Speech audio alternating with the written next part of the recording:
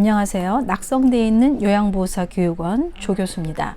요양보호사 시험 대비 귀로 듣는 단원 요약을 준비했습니다. 편안하게 듣다 보면 단원 정리가 저절로 되실 겁니다. 의사소통과 정서지원 시작합니다. 교재 398페이지입니다.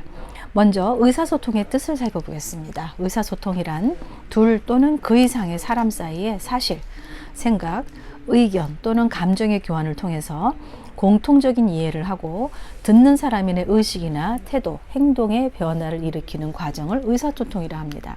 요양보호사가 업무를 수행하는 과정에서 의사소통이 왜 필요한지 필요성에 대해서 공부해보면 첫 번째, 대상자 및 가족관계, 신뢰관계 형성에 도움을 주고 두 번째로는 요양보호 서비스에 필요한 정보를 원활하게 수집할 수 있습니다. 세 번째, 대상자를 깊이 이해하고 서비스의 질을 향상할 수 있고요. 네 번째, 자신의 생각과 감정을 효과적으로 표현하여 좋은 관계를 형성할 수 있습니다. 다섯 번째, 타 전문직과 원활한 업무 협조에 도움이 되는 게 바로 의사소통의 필요성이라고 할 수 있겠습니다. 399페이지의 의사소통 유형을 살펴볼 것 같으면 의사소통 유형에는 언어적 의사소통과 비언어적 의사소통이 있는데 그거를 공부하기 전에 먼저 메라비언의 법칙을 한번 살펴보겠습니다. 메라비언의 법칙은 상대방과 의사소통에 영향을 미치는 요소 중에 가장 중요한 것은 비언어적인 요소다. 시각적 요소이며 그 다음은 음성, 청각적 요소죠. 세 번째로는 언어적 요소, 말의 내용인데 여기에 과거에 시험에 나온 적이 있습니다. 가장 영향을 많이 미치는 건 무엇이냐 할 때 정답은 바로 비언어적인 요소, 시각적 요소가 답이었습니다.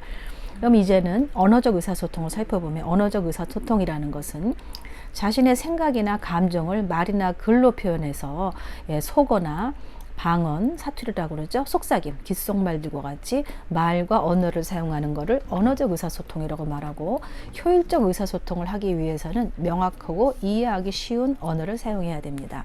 자, 400페이지에 있는 비언어적 의사소통을 공부해보면 용모, 자세, 침묵, 말투, 얼굴 표정, 눈짓, 손짓, 몸짓, 목소리 크기, 실룩거림, 으쓱거림, 웃음소리 크기, 눈물 등을 이야기하고요.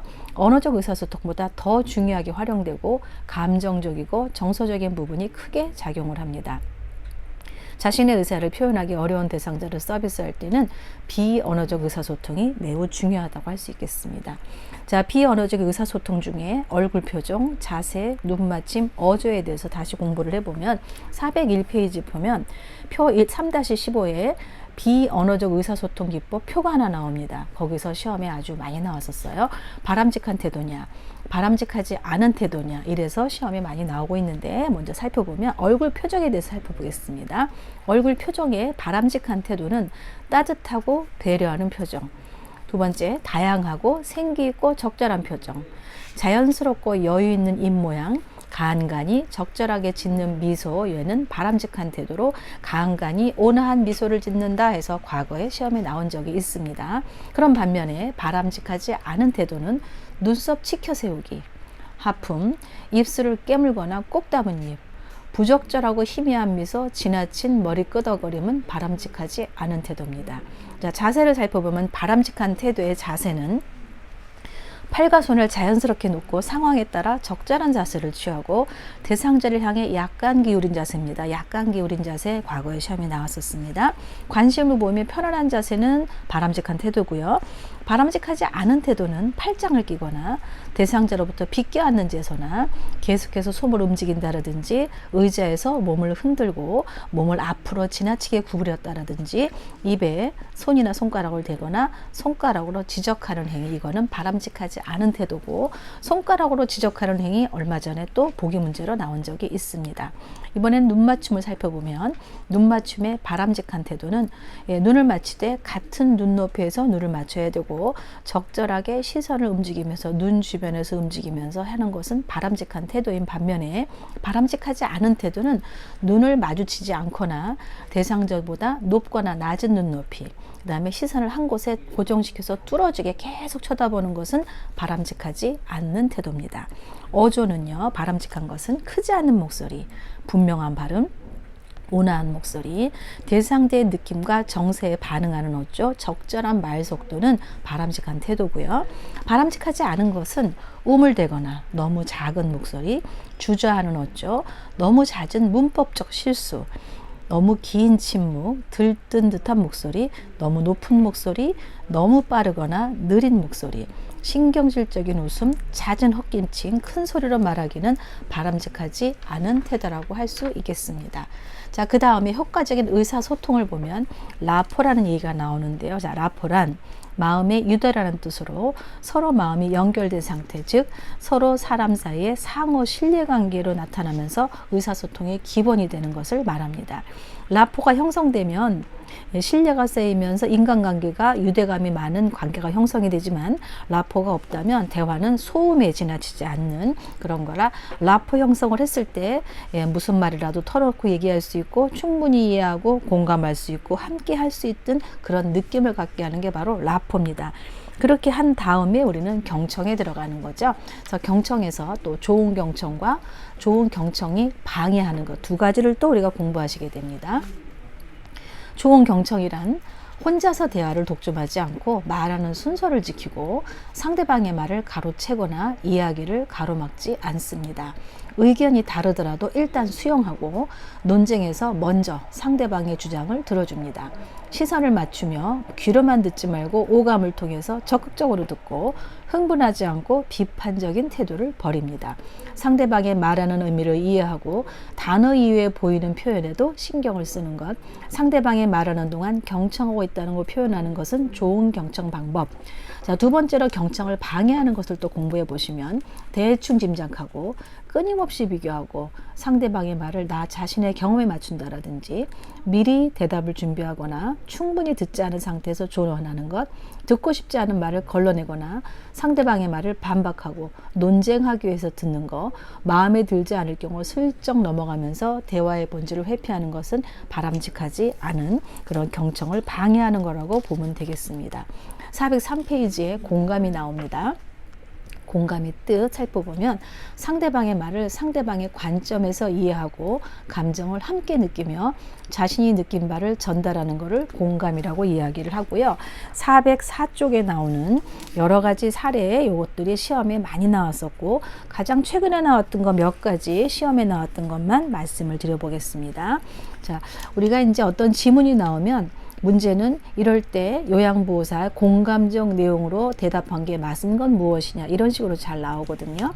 자, 하나 좀 먼저 해보시면 세월이 갈수록 후회되는 것도 많고 외롭고 재미있는 일도 없어, 이렇게 말할 때 바람직한 공감의 내용의 그 요양보호사의 대답은 요즘 많이 외롭고 힘드신가 봐요. 어르신이 외롭고 힘든 거에 대해서 같이 이렇게 대화를 나눠주는 거죠. 그 다음에 또 하나는 혈압이 높다고 누워있으래. 그래도 나가서 바람 쐬면 안 될까? 라고 말씀할 때 또 공감. 누워 계시는 게 답답하신가 봐요. 그 어르신이 말한 걸 그대로 되받아서 인정을 해주고 공감을 해줬죠. 또 가장 최근에 나왔던 건 이런 문제가 있었습니다. 코로나19로 애들이 못 오니까 외롭네 라고 할 때 요양보호사의 공감 내용은 매주 보던 자녀분을 못 보시니까 마음이 허전하시군요, 이렇게 얘기하는 거예요. 결국 바람직한 공감이라는 것은 상대방의 말에 충분히 귀를 기울이고 그 말을 자신의 말로 다시 요약해서 반복해 주는 것을 공감적으로 반응하는 것이다, 이렇게 우리는 이야기를 합니다. 자, 405페이지 보시면 말하기가 나옵니다. 역시 효과적인 말하기와 방해하는 것을 또 공부해 보면은 효과적인 말하기, 첫 번째, 자신의 감정에 솔직하고 분명하게 의사 전달을 하며 편안하고 이완된 자세를 취하는 것을 말합니다. 두 번째, 상대방의 말을 수용하고 자신의 생각을 정리하고, 세 번째로는 비판적인 단어를 사용하지 않고 부정적인 비교를 하지 않습니다. 네 번째, 특정 상태를 지칭하거나 비판하지 않고, 다섯 번째, 상대방을 위협하는 말이나 감정적으로 공격하지 않는, 그 다음에 나쁜 내용을 회고하거나 상기시키지 않는 것, 이것은 효과적인 말하기입니다. 어르신한테 말을 할 때는 과거에 슬펐던 거, 나쁜 내용 말하는 것보다 행복했던 이야기, 좋은 이야기 하는 게 맞는 말이겠죠. 그 다음에 효과적인 말하기를 방해하는 경우를 한번 살펴보면, 자신이 모든 일에 전문가임을 주장하고 자신에게선 잘못이 없고 항상 옳다고 주장하면서 부족하고 자신감 없는 태도를 보이고 자신은 보호받아야 된다고 생각하면서 자신은 완벽한 사람이므로 비난을 받지 않아야 돼 생각하는 것, 요거는 효과적인 말하기를 방해하는 경우입니다. 나쁜 내용을 회고하거나 상기시키지 않는데 효과적인 말하기, 요 내용 최근에 나왔던 얘기입니다. 다음은 나전달법입니다. 저 405페이지 하단에 있죠. 나전달법은 시험에 아주 잘 나와요. 잘 나오는데 잘 틀리시는 문제이기도 하고요. 우리는 주로 너전달법을 많이 썼거든요. 그래서 나를 주어로 하면서 상대방을 비난하지 않고 상대방의 행동이 나에게 미치는 영향에 초점을 맞춰서 이야기하는 나전달법 열심히 잘 공부하셔야 돼요. 자, 406페이지, 407페이지에 나전달법에 대한 예문이 나와 있고 연습 문제가 나와 있는데요. 책 교재도 열심히 보시지만 이런 문제를 풀어보시고 또 기출문제들도 나전달법 많이 풀어보셔야 잘 하실 수 있을 겁니다. 먼저 나전달법의 그 내용을 살펴보실 것 같으면 나의 생각이나 감정을 전달할 때는 나를 주어로 말하고 상대방의 행동과 상황을 그대로 비난 없이 말하는 것을 이야기합니다. 상대방의 행동이 나에게 미치는 영향을 구체적으로 이야기하고 그 상황이 대해서 내가 느끼는 바를 솔직하게 이야기하고 원하는 바를 명확하게 말하면서 전달한 말을 건넨 후에 상대방의 말을 잘 듣는 게 나전달법이에요. 자, 나전달법의 문제 또 최근에 나왔던 거 몇 가지를 또 말씀을 드리면, 실금한 대상자가 옷 갈아입기를 거부할 때 나전달법으로 제대로 말한 요양보호사의 그 대화법, 이게 시험에 나온 적이 있는데요. 자, 나전달법의 올바른 답은 옷을 갈아입지 않으시면 피부 발진이 생길까봐 걱정이 돼요. 이것도 한번 우리가 분석을 해보면요. 옷을 갈아입지 않으면 생긴 현상이죠. 그걸 먼저 이야기하고 피부 발진이 생길까봐 내가 걱정이 됩니다. 그래서 나를 주어로 한 게 요게 답이었고요. 또 그 다음에 나왔던 문제 비슷한 유사한 문제가 나왔었는데 옷이 젖었는데도 갈아입기를 거부할 때 어떡하느냐 라고 했을 때 또 요양보호사의 대답은 이러다가 감기 걸리실까봐 걱정이 됩니다. 요게 나왔었고요. 또 비슷한 게 또 나왔었어요. 옷 갈아입기를 싫어하는 그런 대상자에게 옷 갈아입지 않으니 건강을 해칠까봐 걱정이 돼요. 결국 옷 안 갈아입는 문제가 계속 연속으로 3번이나 나왔었는데 중요한 건 뭐냐면 나를 주어로 말하고 옷 안 갈아입은 다시를 비난하지 않죠. 옷을 안 갈아입다는 사실 그대로를 이야기하고 그리고 나에게 미치는 영향 구체적으로 말하고 내가 느끼는 바를 말하고 원하는 바를 말하고 그 대신 또 그 다음에는 상대방의 말을 듣는 것까지 이게 나전달법인데 나전달법 시험에 잘 나오니까 열심히 공부하셔야 됩니다.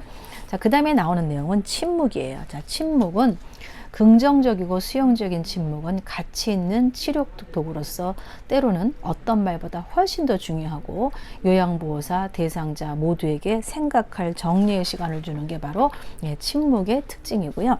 408페이지에 있는 수용하기는 수용이 있죠. 상대방의 표현을 비평 없이 있는 그대로 받아들이는 건데 또 재밌는 문제가 나온 적이 있습니다. 어르신께서 요양보호사 얼굴에 있는 점을 보고 벌레가 기어간다 라고 말을 할 때 요양보호사가 어떻게 대답할 것인가. 수용적인 대답을 시험에 나온 적이 있는데 정답은 어르신 제 얼굴에 점이 벌레로 보이시는군요 하면서 그 어르신이 말한 거를 비평 없이 그대로 받아들이는 게 바로 정답이었습니다. 자, 그 다음 내용은 바로 말버타기인데요. 자, 말버타기는 대상자와 효과적인 말버타는 방법을 또 살펴봅니다. 대상자의 신체적, 심리적, 사회적 특성을 이해하고 대상자의 개인적 특성, 질병, 생활력 등을 이해하고 존중합니다. 대상자의 삶을 옳고 그름이나 좋고 싫음으로 판단하지 않고 차이와 다양성으로 수용을 해야 되겠고요. 대상자와 과도한 의존관계 형성하는 것도 바람직하지 않습니다. 그래서 과다한 의존관계를 형성하지 않도록 하고 대상자를 아이처럼 취급하거나 반말이나 명령조의 단어를 사용하서는 안 되고 대상자의 기분이나 감정에 주의를 기울이고 공감하는 것, 그게 바로 말버타기의 효과적인 말버타는 방법입니다. 이것도 409페이지 보시면 사례가 또 하나 둘 셋 나와 있는데요. 그중 최근에 나왔던 거 하나 좀 말씀을 드리면, 자, 두 번째 내용, 김땡땡 어르신이 열이 나는데 외출을 하겠다고 고집할 때 어르신 하시는 말씀입니다. 손자 생일 선물 사주기로 약속했어요. 나를 좀 마트에 데려다 줘요 라고 어르신이 말했을 때 공감적 반응으로 요양보호사의 대답입니다. 손자가 아주 좋아하겠어요 라고 말하는 건 바로 공감적 반응의 내용이에요. 그래서 공감하기인지 증상 완화 보존지, 적극적인 청취인지, 정보 제공인지 이런 내용들을 밑금을 쳐놓고 빗줄을 쳐놓은 다음에 이것은 어떤 내용이냐 했을 때 맞추도록 해야 되거든요. 그런 식으로 문제가 좀 나왔습니다. 409페이지는 사례 꼼꼼하게 잘 살펴보시기 바랍니다. 자, 410페이지에 보시면 이제는 상황별 의사소통에서 의사소통 장애가 없는 경우, 그 다음에 장애가 있는 경우 이렇게 되는데, 의사소통에 장애가 없다면 대상자와 의사소통할 때는 첫 번째로 대상자의 말하는 속도에 맞추고, 자, 두 번째로는 이해하기 쉬운 언어를 사용하며 너무 작거나 크게 말하지 않습니다. 대상자를 존중하는 태도를 보이면서 동의하에 어르신 등으로 불러보고, 본인을 소개할 때는 이름, 소속, 역할 등을 전달하는 것은 대상자와의 의사소통 방법이고요. 또 우리가 가족들과의 의사소통할 때도 있어요. 가족과 의사소통하는 방법은 대상자에 대한 정보를 수시로 주고받고, 가족과 의견이 상충될 때는 시설장에게 보고를 합니다. 대상자의 부정적인 행동은 직설적으로 말하지 않는 게 그 방법이겠고요. 또 관련 전문직 및 시설장과 의사소통할 때는 타 전문직 및 시설장의 업무를 이해하고 존중하고, 대상자의 상황에 따라 관련 전문직, 시설장과 의사소통을 원활하게 합니다.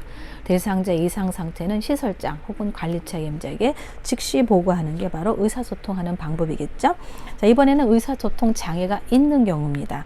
있는 경우에 첫 번째, 노인성 난청에 대한 건데요. 자, 노인성 난청 살펴보시면 먼저 대상자의 눈을 보며 정면에서 이야기를 하고, 두 번째로는 어깨를 다독이거나 눈짓으로 신호를 주면서 이야기를 시작합니다. 세 번째, 입모양으로 이야기를 알 수 있도록 입을 크게 벌려서 정확하게 말을 하고, 네 번째, 몸짓, 얼굴 표정 등으로 의미의 전달을 돕습니다. 다섯 번째, 말의 의미를 이해할 때까지 되풀이하고 이해했는지 확인한다. 지금 말씀드렸던 말의 의미를 이해하고 되풀이하고 이해했을지 확인한다. 이거 정말 많이 나왔던 거거든요. 요 사항 많이 나왔습니다.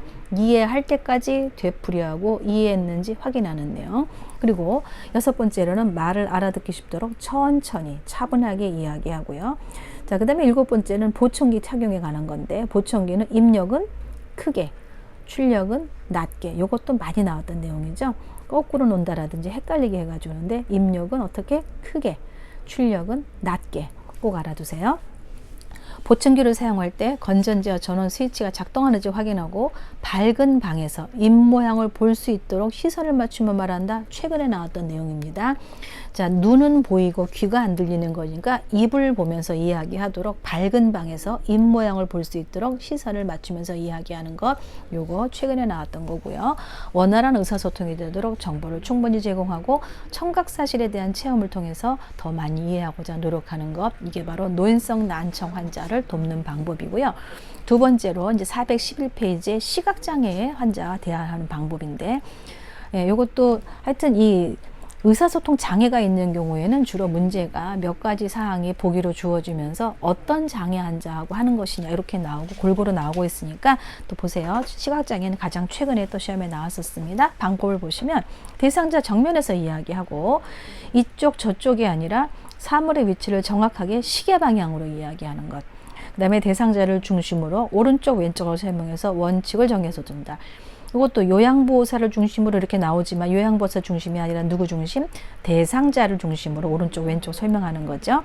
대상자를 만나면 신체 접촉을 하기 전에 먼저 말을 건네서 알게 하고, 그래야 놀리지 않으시겠죠. 대상자가 이해하기 쉬운 언어를 사용해서 정확하게 천천히 말하고, 이미지가 전달하기 어려운 형태나 사물 등은 촉각으로 이해를 합니다. 대상자 보행할 때는 요양보호사가 반보 앞으로 나와서 대상자의 팔을 끄는 듯한 자세, 얼마 전에 나왔던 내용이죠. 반보 앞에서 팔을 끄는 듯한 자세가 바람직한 자세고요. 대상자가 읽고 싶어 하는 것을 읽어주고, 고유명사 등은 자세히 설명해주고, 대피라는 경우에는 정확하게 받아쓰고 내용을 다시 확인하는 게 시각장애를 돕는 방법입니다. 그 다음에 세 번째로는 언어장애인데요. 언어장애는 말을 할 때, 자, 이분들은 말하는 능력이나 듣고 이해하는 능력이 이상이 있는 상태이기 때문에 알아듣기는 하지만 말을 할 수 없는 경우, 말을 잊어버리는 경우가 있습니다. 그럴 때 하는 방법입니다. 먼저 대상자와 이야기할 때는 얼굴과 눈을 응시하면서 천천히 이야기하고, 대화에 주의를 기울이고 소음이 있는 곳을 피합니다. 면담을 할 때 앉아서 하고 질문에 대한 답변이 끝나기 전에 다음 질문을 하지 않습니다. 대상자의 말이 끝날 때까지 기다리면서 고개를 끄덕여 듣고 있음을 알리고 알아듣고 이해가 된 경우에는 예, 아니요 등으로 짧게 대답합니다. 눈을 깜빡이거나 손에 힘을 주거나 고개를 끄덕거리는 등의 의사 표현을 하게 하고 실물, 그림판, 문자판을 이용합니다. 이것도 여러 번 나왔던 거죠. 잘 표현했을 때는 긍정적인 공감으로 칭찬을 하면서 비언어적으로 표현해 주는 게 그 방법이라고 볼 수 있겠습니다. 그 다음에 나오는 게 판단력 이해력 장애인데요. 얘는 아주 내용이 짧은데 최근에 아주 여러 번 나왔던 게 바로 판단력 이해력 장애고요. 자, 그 이야기하는 방법 4가지입니다. 어려운 표현을 사용하지 말고 짧은 문장으로 천천히 이야기하고 몸짓, 손짓을 이용해 상대방의 말하는 속도에 맞춰서 천천히 이야기합니다. 실물, 그림판, 문자판 등을 이야기해서 이해하는 것을 돕고 불쾌감을 주는 언어를 쓰거나 아이처럼 취급해서 반말을 하지 않습니다. 413페이지 주의력 결핍 장애입니다. 자, 주의력 결핍 장애 대상자 이야기하는 방법 살펴보면 대상자와 눈을 맞춘다. 명확하고 간단하게 단계적으로 제시를 하고 구체적이고 익숙한 사물에 대해 대화를 나눕니다. 목표를 인식하고 단순한 활동을 먼저 제시합니다. 주의력에 영향을 주는 환경적 자극을 최대한 줄이고 주변 사람들에게 주의력 결핍 장애에 대한 이해를 구합니다. 메시지를 천천히 조용히 반복하는 것. 역시 이것도 보기에 서너 가지를 제시하고 어떤 의사소통 장애에 있는 경우에 하는 방법이냐 이렇게 시험 문제가 나오고 있죠. 자, 마지막 그 의사소통 장애가 있는 경우에 진압력 장애입니다. 진압력 장애라는 것은 시간, 장소, 환경 등을 정확하게 파악하는 능력에 이상이 생긴 상태로 치매나 의식장애, 낮은 지능 등이 원인이 됩니다. 자, 대화하는 방법은 이름과 존칭, 대상자 이름과 존칭을 함께 사용하고 대상자를 일관성 있게 대하도록 노력을 하고요. 시간, 장소, 사람, 날짜, 달력, 시계 등을 자주 인식시킵니다. 모든 물품에 이름표를 붙이고 주의사항을 그림이나 문자표로 제시하는 게 그 방법으로 최근에 나왔던 시험에는 지금은 한겨울이에요. 도토리는 가을에 춥잖아요. 라고 했던 게 바로 진압력에 관한 거죠. 왜냐하면 한겨울이라는 게 바로 그 계절을 말을 하는 거고 가을이라는 것도 역시 시간에 대한 진압력이죠. 또 최근에 그런 말도 나왔었죠. 냇물 소리나 새벽에 닭 우는 소리. 요거는 또 청각을 활용한 인지기 하는 흐름으로 이것도 시간에 대한 거, 장소에 대한 걸로 시험에 나온 적도 있습니다. 자, 나머지 여가활동 돕기가 나오는데 여가활동 돕기는 414쪽, 15쪽 두 쪽으로 되어 있는데 아주 범위는 작아요. 작은데 414페이지 하단에 있는 표 여가활동 유형과 내용 이게 또 시험에 곧잘 나오기 때문에 어렵진 않지만 좀 알아두셔야 될 것 같습니다. 자, 여기는 자기개발 활동이 있고 가족 중심 활동이 있고 종교 참여 활동이 있고 사교 오락 활동이 있고 운동 활동, 소일 활동 이렇게 6가지로 분리가 되죠. 각각 다 많이 나왔었어요. 먼저 자기개발 활동을 살펴보면 책 읽기, 독서교실, 그림 그리기, 서예교실, 신앙송, 악기 연주, 백일장, 민요교실, 창작활동, 자기개발입니다. 가족 중심은 가족소품, 가족과의 대화, 외식 나들이. 가족 들어있죠. 가족 중심의 가족소품, 가족과의 대화가 있는데 외식 나들이 이거는 어르신이 외식을 할 때 누구와 함께 갈까라고 생각하면 가족이 모시고 가는 거니까 가족 중심이구나. 이렇게 하면 어렵지 않게 우리가 외우실 수가 있어요. 종교 참여는 쉬워요. 교회 차차 성당이니까. 사교오락 활동도 영화, 연극, 음악회, 전시 이거고요. 운동은 운동이니까 체조, 산책이에요. 소일 활동은 텃밭, 야채 가꾸기, 식물 가꾸기, 신문 보기, 텔레비전 시청, 종이 접기, 퍼즐놀이인데 우리가 보통 헷갈리는 게 자기개발 활동하고 소일 활동이거든요. 그래서 자기개발이냐 소일만 헷갈리지 않으시면 나머지는 쉽습니다. 다시 자기개발과 소일 활동만 말씀드리겠습니다. 자기개발은 나를 개발하는 거잖아요. 책 읽기, 독서교실, 그림 그리기, 서예교실, 시낭송, 악기 연주, 백일장, 민요교실, 창작활동이고요. 소일활동은 텃밭 가꾸기, 식물 가꾸기, 신문 보기, 텔레비전 시청, 종이 접기, 퍼즐놀이. 조금 무엇이 다른지 아시겠죠? 그래서 헷갈리지 않게 자기개발과 소일활동을 잘 살펴보시면 되겠고요. 415쪽에 노인 여가 활동 돕기를 살펴보시면 거동이 불편하거나 인지기능 저하 대상자는 어렵지 않고 흥미를 느낄 수 있는 여가 활동이 좋겠고, 대상자의 욕구에 맞는 여가 활동을 지원하고 참여하도록 동기를 부여해야 됩니다. 대상자의 신체적 기능이나 상태, 성격에 맞는 개별적 프로그램을 지원하고 여가 활동을 지원할 때는 대상자에게 충분히 설명하고 동의를 얻어서 실시하는 게 좋겠습니다. 여기까지 의사소통과 정서지원 단원 요약이었습니다. 감사합니다.